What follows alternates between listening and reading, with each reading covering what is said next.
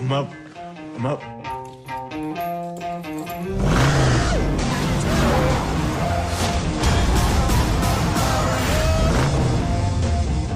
You like that, huh? মুভির শুরুতে দেখা যায় একটি গাড়ি এসে দেয়ালের সাথে ধাক্কা খায় আর গাড়ি থেকে আহত অবস্থায় বের হয়ে আসে জন উইক এবং তাকে দেখে মনে হচ্ছে তাকে হয়তো কেউ মেরেছে। এরপর সে তার ফোন বের করে তার ওয়াইফের একটা ভিডিও দেখতে থাকে, তবে ভিডিও দেখতে দেখতে সে সেখানেই সেন্সলেস হয়ে যায়। এরপর মুভি চলে যায় ফ্ল্যাশব্যাকে। এখানে আমরা দেখতে পারি জন উইক তার ওয়াইফ হেলেনকে খুবই ভালোবাসতো, তবে কোনো একটা অসুখে তার ওয়াইফ অসুস্থ অবস্থায় হাসপাতালে মারা যায়। পরের দৃশ্যে দেখা যায় জনের স্ত্রীর ফিউনারাল অনুষ্ঠান হচ্ছে। কিছুক্ষণ পর অনুষ্ঠান শেষ করে জনের কাছের মানুষরা যখন সবাই চলে যায় তখন সেখানে জনের সাথে দেখা করতে আসে তার এক সময়ের খুব কাছের বন্ধু মার্কাস। মার্কাস জনকে তার স্ত্রীর মৃত্যুতে সমবেদনা জানায়। মার্কাস জনকে বলে, তুমি অনেক সাহসী মানুষ এবং জীবনে অনেক চ্যালেঞ্জিং কাজও করেছো, তবে এবার একা থাকার চ্যালেঞ্জটা একটু কঠিন হলেও তোমাকে সেটা মানিয়ে নিতে হবে, তাই একদম নতুন করে জীবন শুরু করো এবং শুভকামনা রইল তোমার জন্য। এরপর তারা দুজনেই সেখান থেকে চলে যায়। এদিকে জন বাড়িতে আসার পর দরজার কলিং বেলের আওয়াজ শুনতে পায়। দরজা খুলে জন দেখে তার জন্য একটা কুরিয়ার সার্ভিসে একটা পার্সেল এসেছে। সাইন করে পার্সেলটা রিসিভ করে ঘরে আসে সে, যেখানে একটা বক্স আর একটা চিঠি ছিল। জন চিঠিটা খুলে দেখে সেটা তার ওয়াইফের দেয়া, যেখানে লেখা আছে, আমি জানি তুমি এখন অনেক একা হয়ে পড়েছো। আমি জানতাম আমার হাতে বেশি সময় নেই, আর এটাও জানতাম তুমি আমাকে ছাড়া ভেঙে পড়বে, আর তাই আমার শূন্যতা পূরণ করার জন্য তোমাকে একটা বন্ধু দিলাম। এরপর জন দেখে ওই বক্সে একটা কুকুরছানা রয়েছে। এছাড়াও চিঠিতে আরো লেখা ছিল, আমি আশা করি তোমরা দুজনে একে অপরের অনেক খেয়াল রাখবে এবং একসাথে অনেক ভালো থাকবে, আর এই কুকুরটির আমি নাম দিলাম ডেইজি। চিঠি পড়ার শেষে জন উইক কাঁদতে শুরু করে, কারণ সে তার স্ত্রীকে অনেক ভালোবাসতো। এরপর জন নিয়মিত ডেইজির সাথে খেলাধুলা, খাওয়া দাওয়া, ঘুমানো সবকিছু একসাথে করত। এভাবেই জন তার স্বাভাবিক জীবনে ফিরতে থাকে। জন একদিন ডেইজিকে নিয়ে তার প্রিয় গাড়িতে করে ঘুরতে বের হয়, তবে এর মধ্যে ফুয়েল নেওয়ার জন্য রাস্তার পাশে একটি ফুয়েল স্টেশনে থামে তারা। জন তার গাড়িতে ফুয়েল নেওয়ার সময় সেখানে অনেক জোরে জোরে গান বাজিয়ে একটা বিএমডাব্লিউ এসে দাঁড়ায়, আর তার মধ্যে থেকে একটা ছেলে সিগারেট জ্বালিয়ে জনের গাড়ির কাছে আসে। সে জনের গাড়ি দেখতে দেখতে বলে, নাইস কার, আমি তোমার গাড়িটা কিনতে চাই, তুমি এর জন্য কত নিতে চাও? মূলত জনের গাড়িটা ফোর্ড ব্র্যান্ডের একটি পুরনো গাড়ি, যেটা এখন নতুন কিনতে পাওয়া যায় না, আর সেটা সে নিজের মতো করে মডিফাই করে নেওয়ায় দেখতে অনেক এক্সেপশনাল ছিল, আর তাই যে কেউ দেখলেই সেটা পছন্দ করবে। তবে গাড়িটা জনের অনেক প্রিয় হয় জন ছেলেটিকে বলে, এটা বিক্রির জন্য না। ছেলেটি বলে, পৃথিবীতে সবকিছুরই কিছু না কিছু দাম থাকে, তুমি দাম বলো। এটা শুনে জন বলে, এটা কখনো দাম দিয়ে কেনা যাবে না। এবার ছেলেটা একটু রেগে গেলে পাশে থেকে তার বন্ধু এসে জনকে বলে, আপনার দিনটি ভালো কাটুক স্যার, ধন্যবাদ। এরপর জন তার গাড়ি নিয়ে চলে আসে একটা ফাঁকা এয়ারপোর্টে। সেখানে হাই স্পিডে গাড়ি চালিয়ে সে নিজের রাগ কন্ট্রোল করার চেষ্টা করে। কিছুক্ষণ পর জনের রাগ কমলে সে তার বাড়িতে চলে আসে। সেদিন রাতে জন যখন ঘুমাচ্ছিল তখন ডেইজি চিৎকার করছিল এবং তাকে শুধু জাগানোর চেষ্টা করছিল। জেগে ওঠার পর জন দেখতে চায় যে কি হয়েছে, তাই সে ডেইজির সাথে যখন নিচে আসে তখন দেখে কয়েকজন ছেলে নিচে দাঁড়িয়ে আছে, আর জন কিছু বুঝে ওঠার আগেই তাকে পিছন থেকে একজন মাথায় আঘাত করে। এরপর তারা জনকে অনেক মারতে থাকে আর তার গাড়ির চাবিটা চায়। মূলত এই ছেলেগুলো হলো যাদের সাথে পেট্রোল পাম্পে জনের ঝামেলা হয়েছিল। যাই হোক, জনকে মারার সময় পাশে থেকে কুকুরটি অনেক চিৎকার করায় তারা কুকুরটিকেও গুলি করে মেরে ফেলে এবং জনকে আরো মেরে অজ্ঞান করে রেখে গাড়ির চাবিটি নিয়ে চলে যায়। এরপর জনের যখন জ্ঞান ফিরে আসে তখন সে দেখে ডেইজির লাশ তার পাশেই পড়ে আছে। এটা দেখে জন অনেক কাঁদতে থাকে, কেননা এটাই তার স্ত্রীর দেওয়ার শেষ চিহ্ন ছিল। যাই হোক, জন এরপর তার বাড়ির আঙ্গিনায় ডেইজিকে কবর দেয়, আর তখন জনের চোখে একটা ভয়ানক রাগ দেখা যায়। এরপর জন তার পার্কিং এ এসে দেখে তার প্রিয় গাড়িটিও সেখানে নেই। অন্যদিকে দেখা যায় জনের গাড়িটি যারা চুরি করেছে তারা একটি গ্যারেজে এসেছে, আর এই গ্যারেজের মালিকের নাম হচ্ছে আরিলিও। তারা সেখানে আরিলিওকে বলে, আমাদের এই গাড়ির জন্য নতুন নাম্বার প্লেট ও পেপারস চাই। আরিলিও তাদের জিজ্ঞেস করে, তোমরা এই গাড়ি কোথায় পেয়েছো? কেননা আরিলিও ভালো করেই জানতো এই গাড়িটি কার।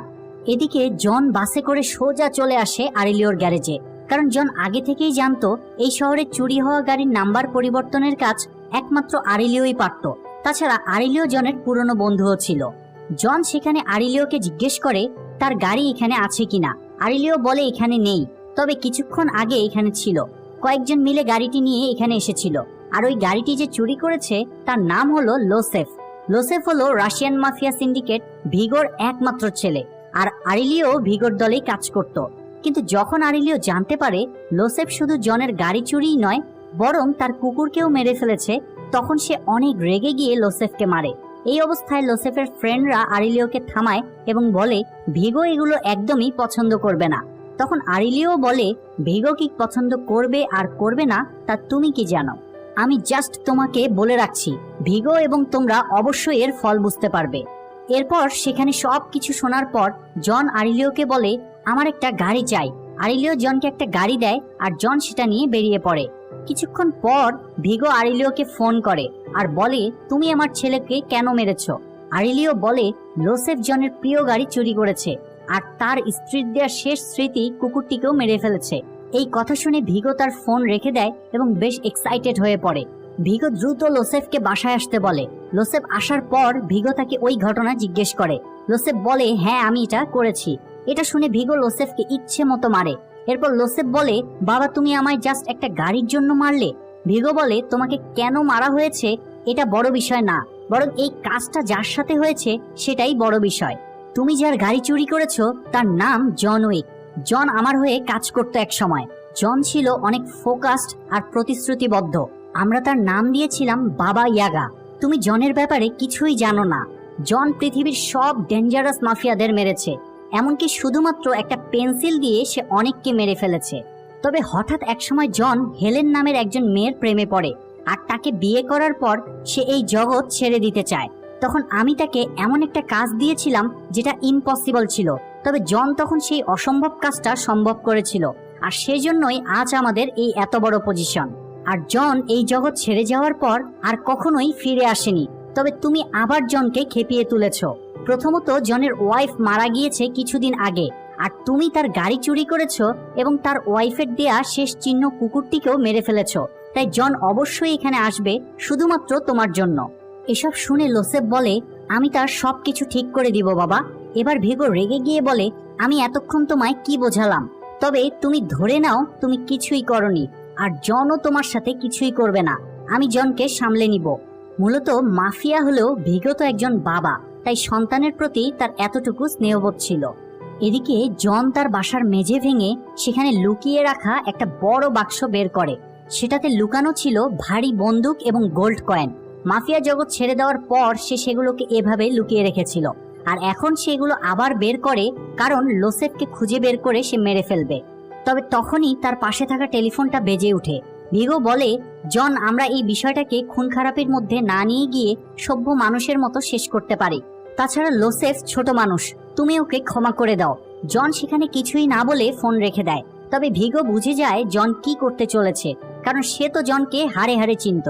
তাই ভিগো 12 জন কিলারকে কন্ট্রাক্ট করে পাঠায় জনকে মারার জন্য, কারণ জনকে না মারলে সে তার ছেলে লোসেফকে বাঁচাতে পারবে না। অন্যদিকে জনও ফিরে গিয়েছে তার আগের রূপে, তাই কিলাররা তার বাসায় আক্রমণ করার সাথে সাথে জন একে একে সবাইকে মেরে ফেলে। তবে বাইরে থেকে গুলির শব্দ শুনে দরজায় একজন পুলিশ অফিসার আসে। মেঝেতে লাশ পড়ে থাকতে দেখে সে বলে তুমি কি আবার কাজ শুরু করেছো জন? জন বলে না, কিছু স্টাফ ছাঁটাই করার দরকার ছিল। পুলিশ অফিসার তাকে গুড নাইট বলে সেখান থেকে চলে যায়। এরপর জন কোথাও ফোন করলে তার বাসায় ওয়েস্ট ডিসপোজাল টিম মানে ময়লা পরিষ্কারের টিম চলে আসে। তবে এই টিম বাসা পরিষ্কারের পাশাপাশি লাশও গুম করে ফেলে। তারা লাশ গাড়িতে তুলে বাসা পরিষ্কারের কাজ শেষ করলে জন টিমের লিডারকে 12টা লাশের জন্য 12টা গোল্ড কয়েন দেয়। মূলত আন্ডারওয়ার্ল্ড জগতে যে কোনো কাজের জন্য গোল্ড কয়েন ব্যবহার করা হয়। এদিকে 12 জন কিলার মিলেও জনকে মারতে পারেনি, এটা শুনে ভিগোর মাথা খারাপ হয়ে যায়। এরপর ভিগো পৌঁছে যায় জনের পুরনো বন্ধু মার্কাসের বাড়িতে, কারণ মার্কাসও জনের মতো একজন টপ রেটেড কিলার ছিল। ভিগো মার্কাসকে জনকে মারার জন্য অফার করে, তবে মার্কাস শুরুতে রাজি হয় না। আর ভিগো যখন মার্কাসকে $2 মিলিয়ন অফার করে তখন মার্কাস রাজি হয়ে যায়। এরপর মার্কাস তৈরি হতে থাকে জনকে মারার জন্য। অন্যদিকে জন আসে হোটেল কন্টিনেন্টালে। হোটেল কন্টিনেন্টাল মূলত আন্ডারওয়ার্ল্ডের লোক বা কিলারদের জন্য একটা সেফ জায়গা ছিল, যেখানে একজন আরেকজনকে মারার কোনো সুযোগ ছিল না। তাই সেখানে সব বড় বড় কিলারদের ভিড় ছিল। হোটেলে ঢুকেই জনের সাথে দেখা হয় তার পরিচিত একজন কিলার পার্কিন্সের সাথে। তারা দুজনে হাই হ্যালো করার পর হোটেলের রিসিপশনিস্ট জনকে জিজ্ঞেস করে আপনি এখানে কতদিন থাকতে চান স্যার? জন তাকে বলে সেটা আমার কাজের উপরে নির্ভর করছে। এরপর রিসিপশনিস্ট তার হাতে চাবি দিয়ে বলে 828 স্যার, বরাবরের মতোই। আর আপনি এত বছর পর আবার আসতে দেখে আমরা অনেক খুশি হয়েছি। এরপর জন হোটেল কন্টিনেন্টালের ম্যানেজার উইনস্টনের সাথে দেখা করে। যেহেতু আগে থেকেই জন এখানে রেগুলার আসতো, তাই উইনস্টন আর জনের মধ্যে বেশ সখ্যতা ছিল। তাই জন তার কাছে সরাসরি লোসেফের সন্ধান চায়। উইনস্টন জনকে বলে, তুমি তো জানোই জন, হোটেল কন্টিনেন্টালে কিছু রুলস আছে। হোটেল কন্টিনেন্টালে কোনো রকম খুন খারাপি বা বিজনেস রিলেটেড কাজ করা যাবে না। আর এখানকার রুলস ব্রেক করলে সেই শাস্তির ব্যাপারেও তো তোমার জানাই আছে। তখন জন বলে, বিষয়টা খুব পার্সোনাল উইনস্টন, এবং সে উইনস্টনকে সব খুলে বলে। এরপর উইনস্টন জানায় লোসেফকে রেড সার্কেল নামের এক ক্লাবে লুকিয়ে রাখা হয়েছে, তবে সেখানে তার বাবা প্রচুর সিকিউরিটির ব্যবস্থা করেছে। এরপর জন পৌঁছে যায় রেড সার্কেল বারে এবং ক্লাবের প্রধান বাউন্সারকে সরে যেতে বলে। মূলত এই জগতের সবাই জনের ব্যাপারে ভালো করেই জানতো। এরপর জন ক্লাবের ভিতরে যায়। সেখানে সে লোসেফের কাছের বন্ধু ভিক্টরকে পায়। জন তাকে আটকিয়ে তার কাছ থেকে জেনে নেয় লোসেফ ক্লাবের বাথ হাউজে আছে। এরপর জন ভিক্টরকে সেখানে মেরে ফেলে আর তার ফোনটা নিজের কাছে নিয়ে নেয়। এরপর জন যখন বাথ হাউজের দিকে যায়, তখন জনের সাথে বডিগার্ডদের এক তুমুল মারামারি শুরু হয়। মূলত লোসেফের জন্য তার বাবা ভিগো এখানে স্পেশাল বডিগার্ডের ব্যবস্থা করেছিল, কিন্তু জন সবাইকে ইচ্ছে মতো মারতে থাকে, যা একদম দেখার মতো। এবং এই মুভির সবচেয়ে আকর্ষণীয় অংশগুলোর মধ্যে এটা একটা। তবে এক পর্যায়ে জনও মার খেতে থাকে, আর সেই সুযোগে লোসেফ সেখান থেকে বেরিয়ে পালিয়ে যায়। আর লোসেফ যখন তার বন্ধু ভিক্টরের ফোনে কল করে বলে, ভিক্টর তুমি কোথায়, তখন জন ফোনটা রিসিভ করে বলে, ভিক্টর মারা গিয়েছে আর সবকিছুরই একটা মূল্য আছে, এটা বলে সে ফোনটা ফেলে দেয়। এরপর জন সেখান থেকে আহত অবস্থায় তার হোটেলে ফিরে আসে, আর সে হোটেলেরই একজন ডক্টর দ্বারা তার ট্রিটমেন্ট করায়। এরপর জন রাতে তার রুমে বিশ্রাম নিচ্ছিল। মার্কাস হোটেলের পাশের বিল্ডিং এর ছাদে বসে অপেক্ষা করতে থাকে জনের জন্য। তবে এখানে একটা টুইস্ট আছে। জনকে মারতে সেখানে পার্কিন্সও চলে আসে, আর পার্কিন্সকে মূলত ভিগোই পাঠিয়েছিল জনকে মারার জন্য। মার্কাস এটা দেখে ফেলায় সে জনকে গুলি না করে তার সাইডে গুলি করে জনকে অ্যালার্ট করে দেয়। আর সেখানে জন আর পার্কিন্সের ফাইট শুরু হয়ে যায়, যেখানে তাদের ফাইটের কারণে রুম থেকে অনেক শব্দ আসতে থাকে। হোটেল রিসিপশনিস্ট জনকে ফোন করে বলে, সরি স্যার এত রাতে ফোন করার জন্য, আমাদেরকে কমপ্লেইন করা হয়েছে আপনার রুমে শব্দের জন্য। জন বলে, হ্যাঁ, একজন আনইনভাইটেড গেস্ট এসেছে আমার রুমে, সেজন্যই এই শব্দ। রিসিপশনিস্ট বলে, সম্ভবত একজন রুম ক্লিনার দরকার হবে স্যার আপনার। জন বলে, হতে পারে, আমি তোমাকে জানাবো। জন এরপর পার্কিন্সকে গান পয়েন্টে নেয় আর পার্কিন্সকে বলে, তোমাকে মারবো না যদি তুমি ভিগো আর লোসেফের খোঁজ দাও। কিন্তু পার্কিন্স তো তা জানে না। তবে জন বলে, এমন কিছু একটা অন্তত বলো যা আমার কাজে হেল্প করবে। তখন পার্কিন্স বলে, এখান থেকে কিছু দূরে একটা চার্চ আছে, আর ওই চার্চের ভিতরে ভিগোর একটা ভোল্ট আছে, যেখানে তার টাকা পয়সা এবং ব্ল্যাকমেইলিং এর ডকুমেন্ট রাখা আছে। এরপর জনের রুম থেকে শব্দ শুনে সেখানে আরেকজন কিলার চলে আসে, আর তার নাম হলো হ্যারি। হ্যারি জনকে জিজ্ঞাসা করে সবকিছু ঠিকঠাক আছে কিনা। জন বলে, একদম ঠিক আছে, তবে তুমি কি একটা গোল্ড কয়েন নিতে চাও হ্যারি? হ্যারি তাকে বলে, এটা কি ক্যাচ অ্যান্ড রিলিজ? জন বলে, ইয়েস। এরপর পার্কিন্সকে জন হ্যারির হাতে তুলে দিয়ে নিজে চলে যায় চার্চে।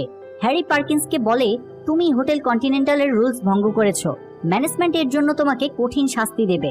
আর তখন পার্কিন্স কৌশলে তার হ্যান্ডক্যাপ খুলে হ্যারিকে গুলি করে মেরে ফেলে। অন্যদিকে জন ততক্ষণে পৌঁছে যায় সেই চার্চে। সে সেখানকার গার্ডদেরকে মেরে চার্চের ফাদারকে ভয় দেখিয়ে তাকে নিয়ে ভোল্টের ভিতরে যায়, আর সেখানে থাকা সব টাকা পয়সা আর ডকুমেন্ট আগুন দিয়ে পুড়িয়ে দেয়, কারণ জন জানতো ভিগো এটা শোনার পর অবশ্যই এখানে আসবে। আর ঠিক তাই ঘটে। ভিগো আর তার টিম সেখানে দ্রুত চলে আসে। জন সাথে সাথে ভিগো তার লোকদের উপর হামলা করে। জন সেখানে ভিগোর অনেককে মেরে ফেললেও হঠাৎ ভিগোর একজন লোক একটা গাড়ি দিয়ে জনকে জোরে ধাক্কা দেয়, আর জন পড়ে গেলে তাকে ভিগোর লোক মেরে অজ্ঞান করে তাদের আস্তানায় নিয়ে আসে।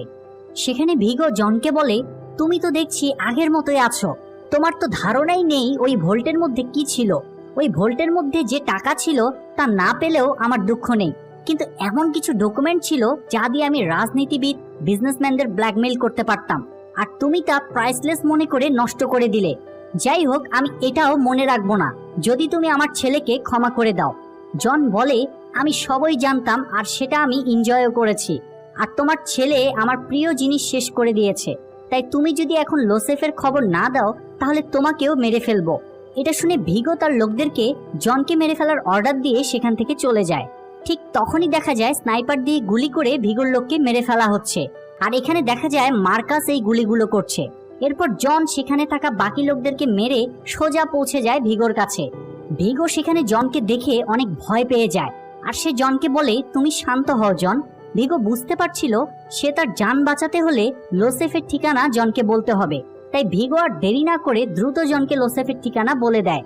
তবে ভিগো ভেবেছিল যেহেতু সে তার ছেলেকে অনেক সিকিউরিটির মধ্যে রেখেছে, তাই জন হয়তো সেখানে কোনোভাবেই তার ছেলেকে মারতে পারবে না, উল্টো নিজেই হয়তো মারা পড়বে। যাই হোক, জন সেখান থেকে পৌঁছে যায় লোসেফের ঠিকানায়।